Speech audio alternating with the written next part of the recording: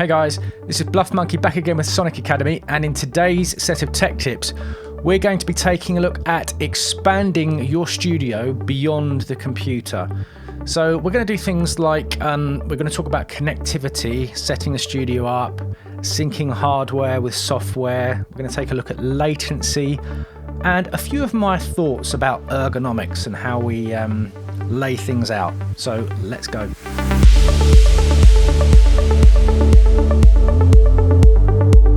Hello. Right, the first subject today is going to be MIDI. Now, MIDI seems to be often misunderstood. And in fact, I had a post literally today on my personal YouTube channel asking me how I connected this thing here, which is just a basic monosynth, to Ableton Live. And then I saw, I'm a member of a few synthesizer groups on Facebook. There was one user who bought themselves a MIDI interface thinking it was an audio interface, connected the synth that they had to their DAW with a Midi cable, and couldn't understand why there was any sound coming out of it. So first things first, Midi cable. Now, I've done a video on this before on Sonic Academy, but we have the old-fashioned Midi cables, and we also now have USB Midi. Now, there's pros and cons to both.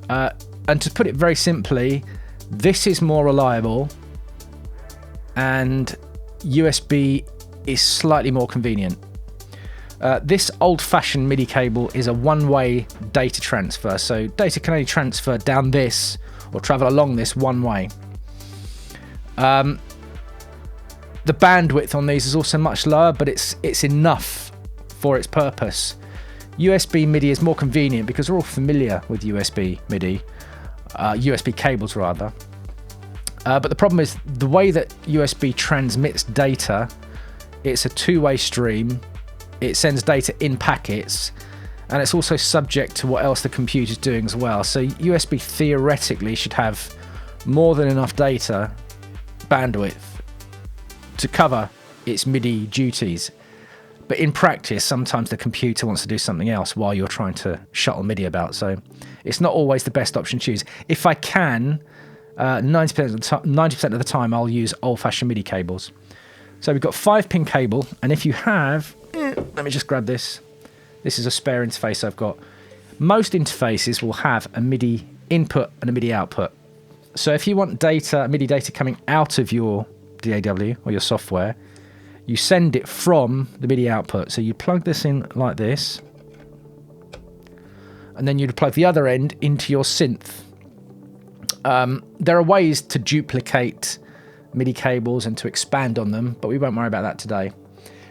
But the real question is, what is MIDI? And to stop any confusion, there is no audio that goes along a MIDI cable. So if you connect something via MIDI, you're not going to hear anything if it's strictly MIDI. Some things like the Virus, can you see that? Is that in shot?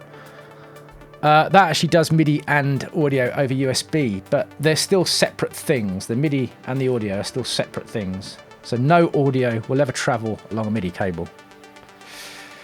So what it does is, MIDI is just an instructional data protocol.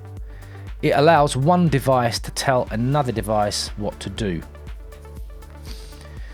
So if you put some notes in your piano roll in Ableton or Logic, whatever you use, if you think about what's going on, you've got note position, you've got note length, you've got note velocity, and all that data is converted into signals that travel along a MIDI cable. So if you're sending note data from your piano roll to a synth like this, all the MIDI cable does is it tells the synth what to play, how long to play it, and how loud to play it.